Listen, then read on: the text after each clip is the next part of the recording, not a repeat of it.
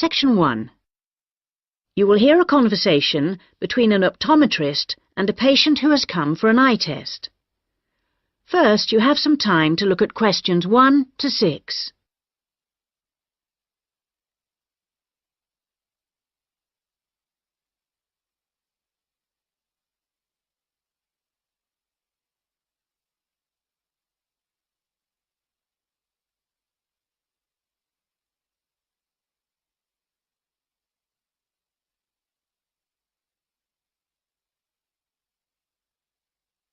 You will see that there is an example that has been done for you.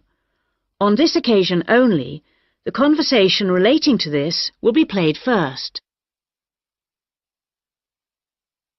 Good morning. Can I help you? Yes, I'm here for an appointment at 10 o'clock with the optometrist. I'm a little early. I know it's only 10 to 10. Are you Simon Lee? Yes, I am. The time of the appointment is 10 o'clock. So 10 a.m. has been written in the space. Now we shall begin. You should answer the questions as you listen, because you will not hear the recording a second time. Listen carefully and answer questions 1 to 6. Good morning. Can I help you? Yes, I'm here for an appointment at 10 o'clock with the optometrist. I'm a little early. I know it's only 10 to 10. Are you Simon Lee? Yes, I am. I'm Rachel White, the optometrist here today. Come in and take a seat. Thanks. Before we test your eyes, I just need to get a few details from you. So, Simon, what's your full name? Simon Anthony. That's A-N-T-H-O-N-Y. And my family name is Lee. L-E-E. And your date of birth, Simon? The 1st of June, 1989. The 21st of June? No, the 1st of June. Oh, whoops, sorry. 1989. Ah, same year my son was born. What's your current address? I'm living at a hall of residence. Which one? At University Hall, not far from here, in Adams Terrace. University Hall. And do you have any medical insurance? Yes, I'm fully covered. And who are you insured with? I'm with Health for Life. Healthy Life. No, people always get that wrong. It's Health for Life. They're part of some big insurance company. Good. Now, Simon, have you ever had your eyes tested before? Yes, once, but not recently. It was when I was still at school. So, roughly when would that have been? Probably around September 2007. No, on second thoughts, it must have been the year before. September 2006. And my eyesight was fine then. But you're having a little difficulty now, are you? Well, yes. Since I started at university, I've been having difficulty with distance vision. I can't always see things in the distance. Well, let's have a look. Now, I'm just going to cover your left eye. Yeah. Can you read the top line? Yes. R-B-Q-S.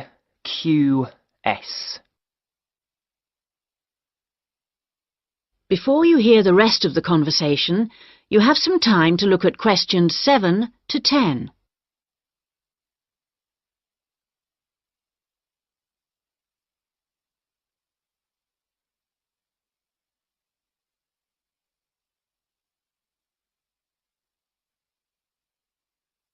Now listen and answer questions 7 to 10. Well, Simon, your eyes have obviously got a little worse since your last test, and I think you're going to need to wear glasses. Not all the time, and not so much for reading or close work, but definitely for driving. Right, yes, I thought that was probably the case. So now you need to choose some frames. There's a wide range to choose from, as you can see. Can you give me some idea of the difference in cost? I quite liked the idea of some frameless glasses. Did you? Well, the prices vary enormously, like everything, but the frameless ones are the most expensive. The cheapest are the ones with the full frame. Perhaps I'd better go for those. Or why not try these ones with the half frame? They're not too bad. Yes, they look quite nice, and they're strong. Far less likely to break than the frameless ones. Oh, that's a good point. OK, I think I'll take those ones. If you pop back next Monday, I should have them ready for you, and you can pay for them when you pick them up. Thanks very much. Can I pay by credit card? You can, but there'll be a slight charge if you do that. Right, I'll pay by cash then, if you don't mind. No problem. Cash, credit card, debit card, all the same to us. See you on Monday. That is the end of section 1. You now have half a minute to check your answers.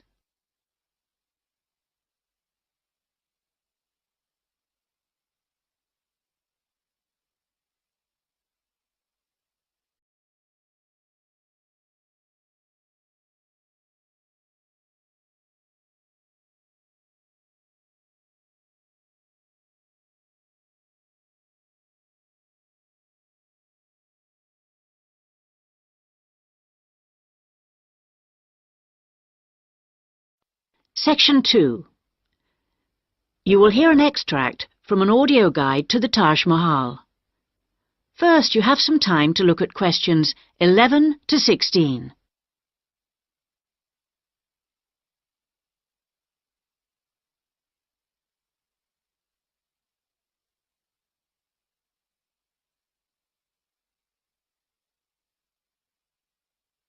Now listen carefully and answer questions 11 to 16.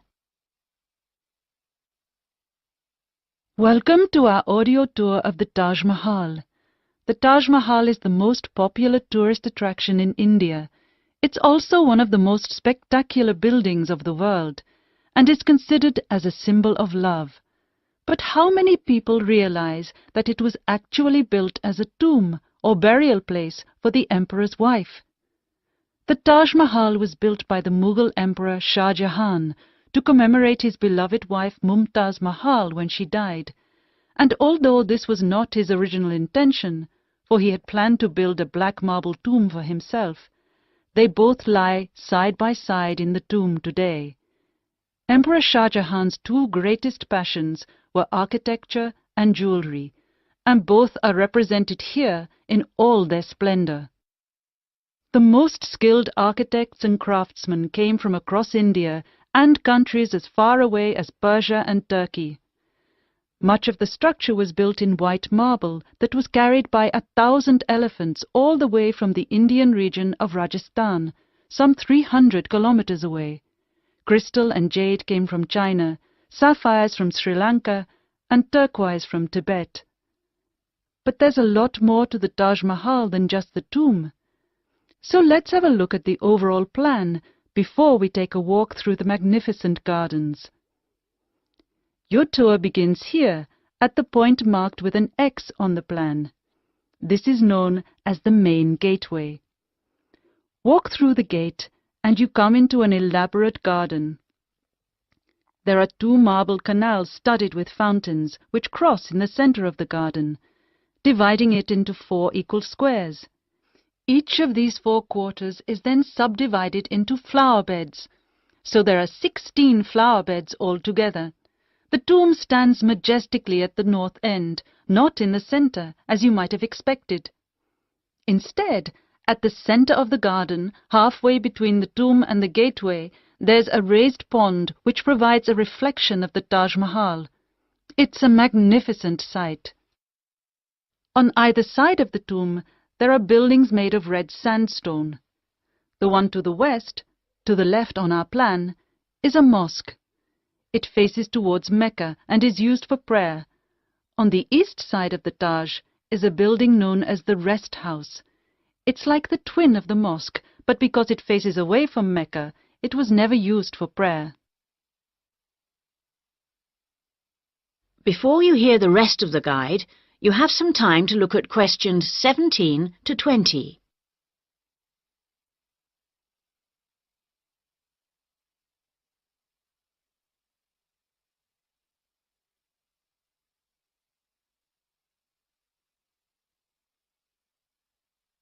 Now listen and answer questions 17 to 20. Many people have asked what the rest house was for. Was it a place for pilgrims to stay? Was it a meeting hall of some kind? Perhaps the most likely answer to this question is that its purpose is purely aesthetic, to act as a visual balance for the mosque and preserve the symmetry of the design of the whole complex. Let's have a look at some of the engineering features of the garden. For one thing, they require a constant supply of running water. When it was built, water was drawn from the river manually, using an elaborate rope and bucket system, pulled by a team of bullocks. The water was then brought through a broad water channel and held in a number of supply tanks. These tanks were at varying heights off the ground and were ingeniously designed to store the very large amounts of water required. Using an elaborate system of underground pipes, the water was then distributed from the supply tanks to each of the fountains. To ensure that the water pressure was the same throughout the garden, there was a copper pot under each fountain connected to the water supply. It was undoubtedly a brilliant system. That is the end of section 2. You now have half a minute to check your answers.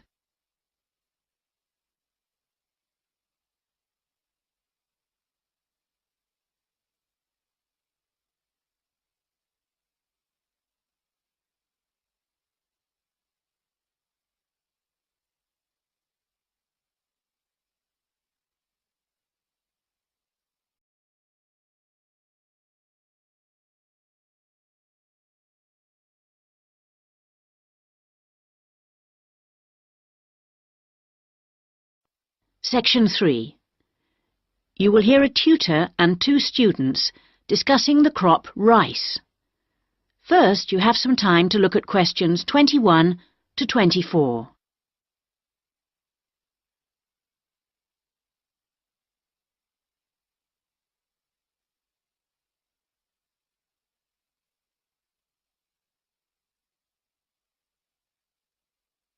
Now listen carefully and answer questions 21 to 24. Good morning, everyone. So, following on from our tutorial on European agriculture last week, Daisy and Eric are going to talk about the most commonly grown crop in Asia, which is, of course, rice. Eric, can you tell us what you've been working on? Yes, sure. We've been looking at the role of rice in a number of countries, how it's grown, ways of increasing production. As I'm sure you know, rice is the staple diet throughout Asia and, in fact, 90% of the world's rice is grown and eaten there. Daisy's got some background on that. Well, rice was originally a wild plant which started out in the tropical regions of Asia. But there are literally hundreds of varieties today, and each with different qualities. For instance, one will survive floods, while another will grow in relatively dry conditions. A third has a really lovely smell. But wherever it grows, rice needs a lot of water. What do you mean by a lot? Well, it takes about 5,000 litres to get a kilogram of rice. This can be supplied either naturally or by irrigation. And as most rice-growing countries suffer from unpredictable weather, including drought, water management really is the key. Research has become so important now that each rice-growing country in Asia has its own research institute. Whether we're talking about Japan, China or Bangladesh, and they're all coordinated by a group in the Philippines called the International Rice Research Institute. Interesting. Bangladesh, for instance, has been successfully using different rice varieties and fertilizers for 30 years. But because it's such a flat delta country, it's very difficult for the water to drain away after the monsoon season, so they need to find special rice crops that can survive the floods. And with global warming, the situation is more urgent than ever. Before you hear the rest of the discussion, you have some time to look at questions 25 to 30.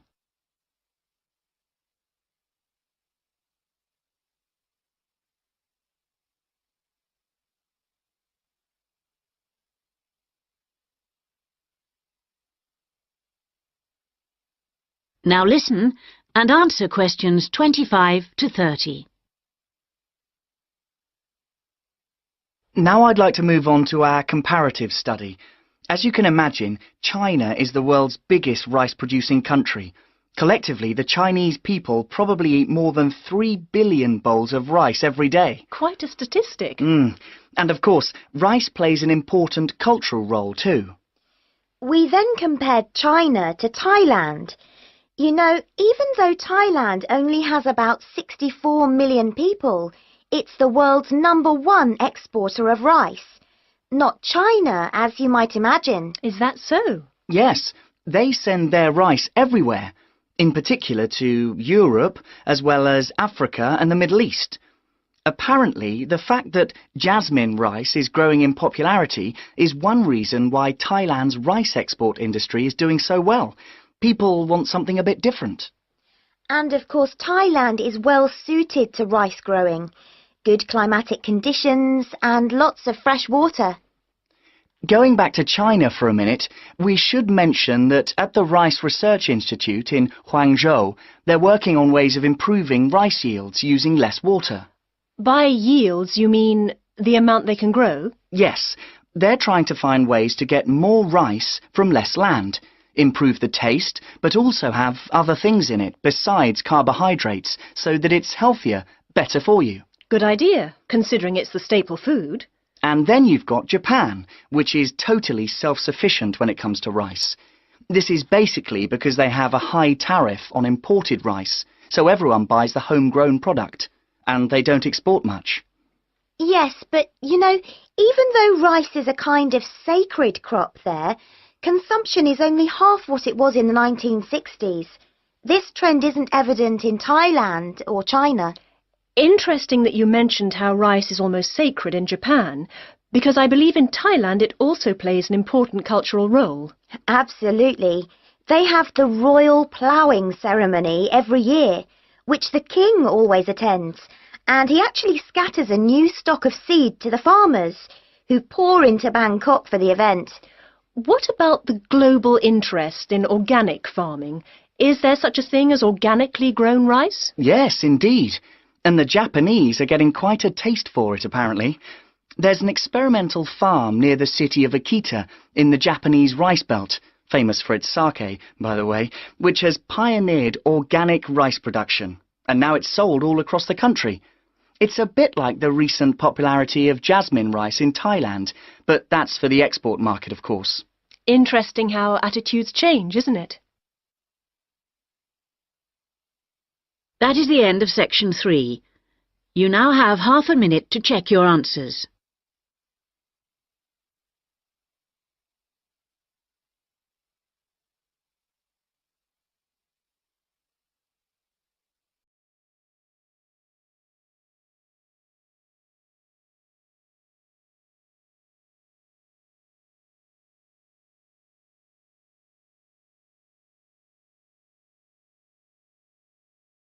Section 4. You will hear part of a lecture about writing for radio. First, you have some time to look at questions 31 to 40.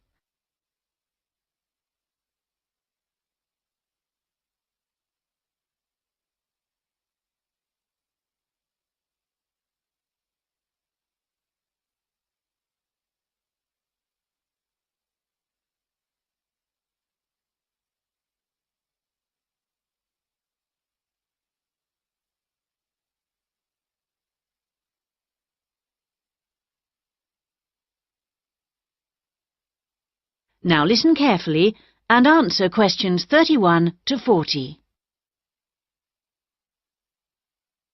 We're going to move on today to look at some of the key principles of writing for radio. Of course, the main thing that you have to remember is that a radio script is not written to be read, but to be spoken and heard. Now, putting this into practice is more difficult than it seems, because writing as we speak involves abandoning many of the normal rules of writing that have been taught to us from an early age. This is because we need to concentrate on how the piece sounds. Written words convey information, but they don't convey the full meaning of what you want to say. They don't tell you what to emphasize, what speed something should be read at, or where the pauses should come. So these have to be indicated in a script. Whatever is said on radio, whether it's a link to a magazine program, a film review, or even a voice piece in the news, needs to sound as if it's coming from the mind of the speaker, almost like part of a conversation, rather than something that's being read. Before you begin to write, it's a good idea to know who you're talking to visualize a typical member of the radio station's audience. If you're writing a film review for a local audience, for example, think about how you'd tell your grandmother about the film. Or if you're reviewing a pop concert, think about how you'd tell your friend about the band. The words have much more impact if each person feels they're being spoken to directly. So your tone needs to be informal. Rather than using impersonal words like listeners or the audience, you can make it more informal. Include them in what you're saying by referring to us and we. Once you know who you're talking to, the next thing is to work out what you're going to say. Don't forget that the person listening to you has no opportunity to ask questions. And in the same way, you can't repeat what you've just said. For these reasons, it's important that your script is logical and progresses smoothly. Too many facts too close together will cause confusion, so space them out evenly. The best scripts allow listeners to visualize what you're describing. For example, instead of giving the physical dimensions of a field, describe it as being the size of, say, a football pitch. If you're talking about a tall building, relate it to perhaps a 10-story block of flats. Now, all scripts need something that will grab the attention of the listener. You need something that'll make them say, "Hey, I want to stop and listen to this." So the first sentence has to do this for you. It needs to be intriguing, interesting, and then it needs to be backed up by a second sentence that explains what you're talking about. The last sentence should also give your listeners food for thought and can be in the form of a question or a statement that sums up the item.